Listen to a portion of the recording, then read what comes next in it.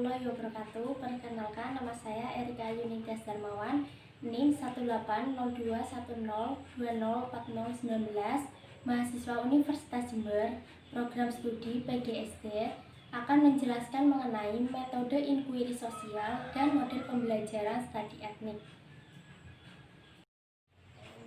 Yang pertama, saya akan menjelaskan mengenai metode inquiry sosial.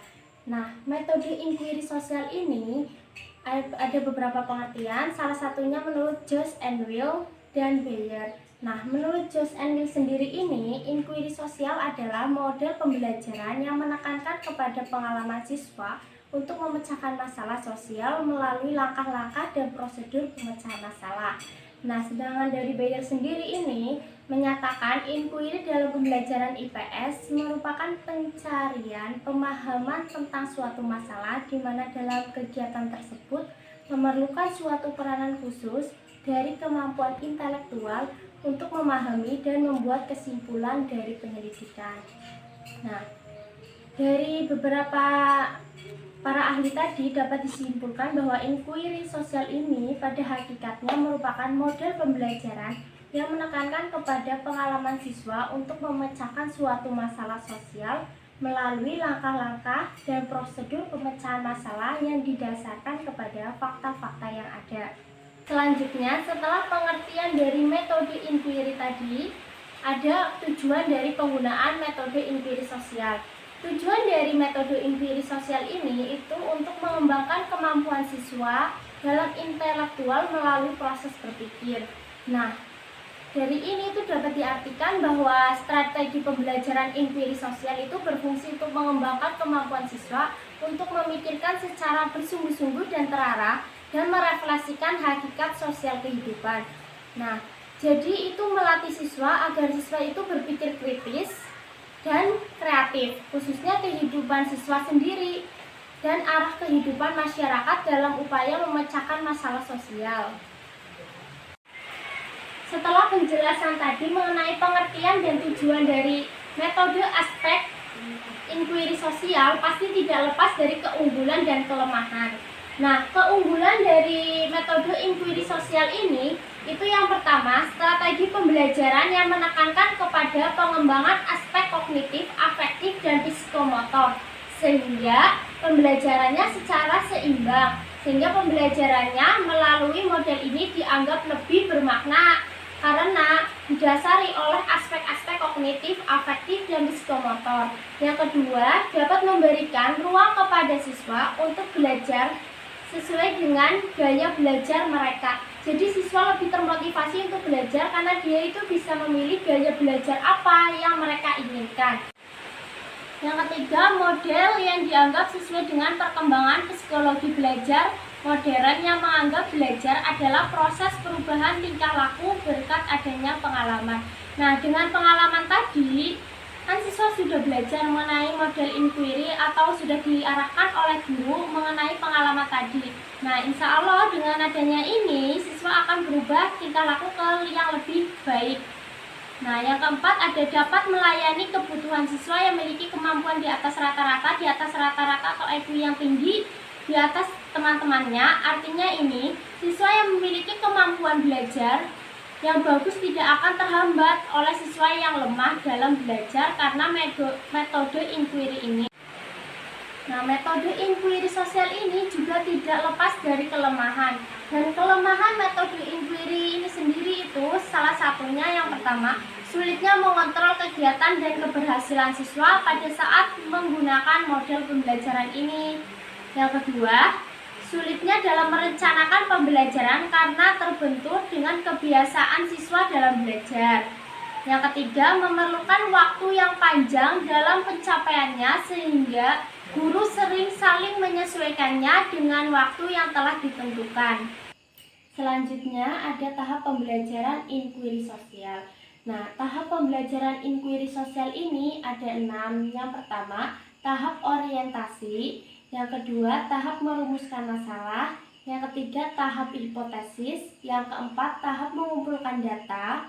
Yang kelima, tahap menguji hipotesis. Yang keenam, tahap merumuskan kesimpulan. Tahap orientasi ini itu tahap yang dimaksud untuk membina suasana atau iklim pembelajaran yang responsif. Pada langkah ini, guru itu mengkondisikan agar siswa siap melaksanakan proses pembelajaran. Guru merangsang dan mengajak siswa untuk berpikir dan memecahkan masalah tersebut. Yang kedua, tahap merumuskan masalah. Nah, merumuskan masalah ini itu merupakan langkah membawa siswa untuk memecahkan persoalan berupa teka-teki. Dikatakan teka-teki, kenapa? Karena masalah yang dikaji sudah ada jawabannya dan siswa didorong untuk mencari jawaban yang tepat. Melalui proses mencari jawaban tersebut, siswa akan memperoleh pengalaman yang sangat berharga sebagai upaya mengembangkan mental melalui proses berpikir. Yang ketiga, ada tahap merumuskan hipotesis. Nah, hipotesis adalah jawaban sementara dari suatu permasalahan yang sedang dikaji. Sebagai jawaban sementara, hipotesis perlu diuji kebenarannya. Kemampuan atau potensi individu untuk berpikir pada dasarnya sudah dimiliki sejak individu itu lahir. Potensi berpikir itu dimulai dari kemampuan setiap individu untuk menebak atau mengira-ngira atau berhipotesis dan suatu permasalahannya itu. Oleh sebab itu, potensi untuk mengembangkan kemampuan menebak pada setiap individu harus dibina. Salah satu cara yang dapat dilakukan guru untuk mengembangkan kemampuan menebak atau berhipotesis ini pada setiap anak adalah dengan mengajukan berbagai pertanyaan yang dapat mendorong siswa untuk dapat merumuskan jawaban sementara atau dapat merumuskan berbagai perkiraan kemungkinan jawaban dan suatu permasalahan yang dikaji. Selanjutnya ada tahap mengumpulkan data.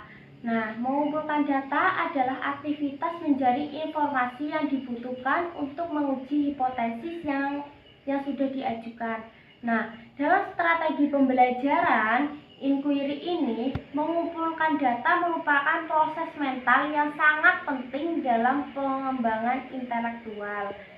Nah, tugas dan peran guru dalam tahapan ini adalah mengajukan pertanyaan-pertanyaan yang dapat mendorong siswa untuk berpikir mencari informasi yang dibutuhkan.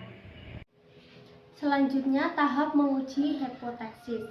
Nah, proses ini itu proses menentukan jawaban yang diterima yang sesuai dengan data atau informasi yang diperoleh berdasarkan pengumpulan data.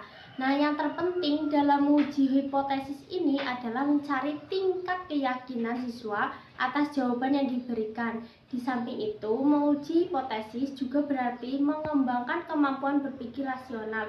Artinya, kebenaran jawaban yang diberikan bukan hanya berdasarkan argumentasi saja, akan tetapi harus didukung oleh data yang ditemukan dan dapat dipertanggungjawabkan. Yang terakhir atau nomor 6 adalah tahap merumuskan kesimpulan. Nah, merumuskan kesimpulan itu proses mendeskripsikan temuan yang diperoleh berdasarkan hasil pengujian hipotesis. Nah, merumuskan kesimpulan ini merupakan akhir dalam proses pembelajaran. Untuk mencapai kesimpulan yang akurat, sebaiknya guru mampu menunjukkan pada siswa data mana yang relevan. Setelah model pembelajaran inquiry sosial tadi ini yang telah kita jelaskan, selanjutnya ada model pembelajaran studi etnik. Nah, model pembelajaran studi etnik ini adalah pembelajaran yang menumbuh kembangkan pengetahuan tentang suatu kelompok etnis tertentu. Asumsi operasionalnya adalah menambah pengetahuan tentang kelompok etnik dan diharapkan dapat menumbuh kembangkan sikap positif kepada peserta didik. Nah, struktur dari konsep model ini adalah mempelajari suatu etnik dengan pandangan yang pertama, suatu suku itu adalah alami dan dalam proses perubahannya dan pertumbuhan. Yang kedua, suatu suku diatur oleh sistem nilai dan kepercayaannya. Yang ketiga, pada suatu suku terdapat keragaman internal. Yang keempat, pada suatu suku ada kesamaan dan ada pula perbedaan dengan suku lain. Pengajaran etnik plural atau studi etnik ini adalah model pengajaran yang menekankan pada nilai-nilai seperti menghargai, keragaman budaya, hak asasi manusia, dan sikap-sikap kemanusiaan lainnya. Nah, pengajaran multi etnik atau etnik plural ini merupakan strategi pengajaran yang menyadari adanya keragaman etnik dan bahasa.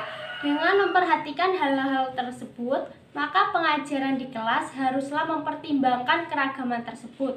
Misalnya, menerima siswa baru dari berbagai asal etnik, mengatur tempat duduk yang mencerminkan pembauran etnik yang berbeda, dan adanya upaya untuk penanaman rasa menghargai keragaman, serta menumbuhkan rasa persatuan dalam kerukunan. Selanjutnya ada strategi mengajar model studi etnik ini. Nah, model mengajar pada studi etnik itu ada dua, yaitu model pembelajaran kooperatif dan model inquiry untuk pembelajaran nilai dalam IPS.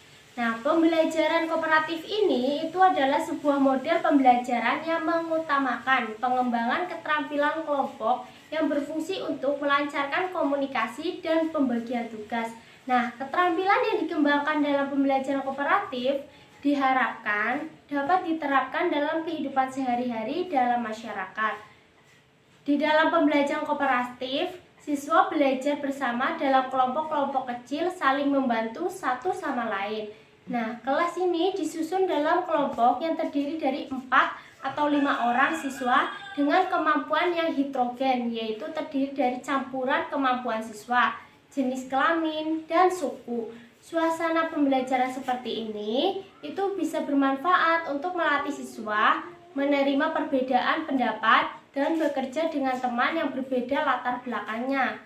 Pada pembelajaran kooperatif diajarkan keterampilan-keterampilan khusus agar dapat bekerja sama di dalam kelompoknya, seperti menjadi pendengar yang baik, memberikan penjelasan kepada teman kelompoknya.